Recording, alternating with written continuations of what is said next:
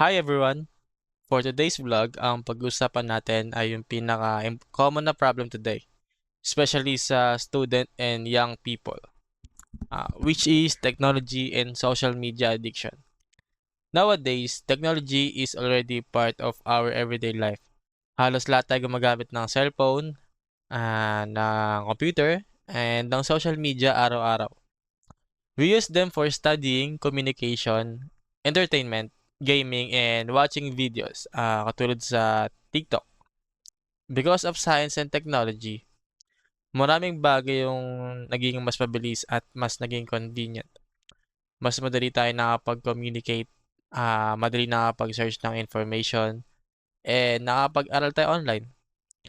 Pero habang mas naging advanced ang technology, mas nagiging dependent din tayo dito. As a student, I can honestly relate to this issue. Minsan, sasabihin ko lang mag-scroll lang ako for a few minutes and di ko na namamalayan. Sobrang tagal ko na pala gumagamit ng phone.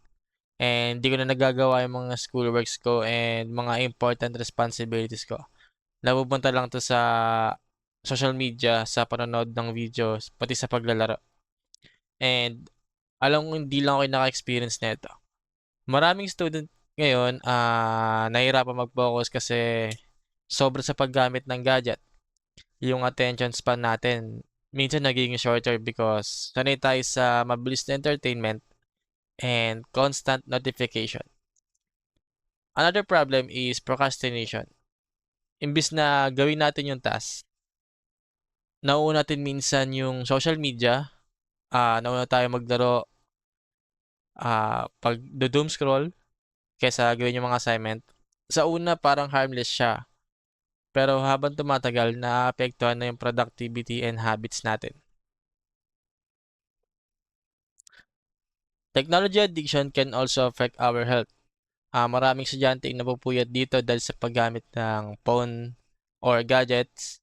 Dahil dito napapagod sila, nai-stress, and mas nagiging less productive sila during the day.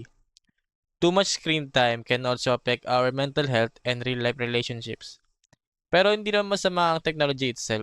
The problem is not the technology. Ang problema kung paano natin siya gamitin. Technology should help improve our lives, not control us. That is why my advocacy is about responsible and balanced use of technology.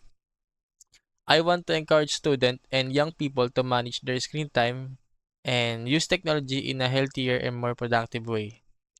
Simple habits like limiting screen time, taking breaks from gadgets, pag-exercise, tsaka pag-aaral ng maayos nang hindi nag-scroll, and spending time with family or friends can already make a big difference. My advocacy is connected to SDG number 3, which is good health and well-being. Mental health, discipline, and healthy habits are important, especially for students.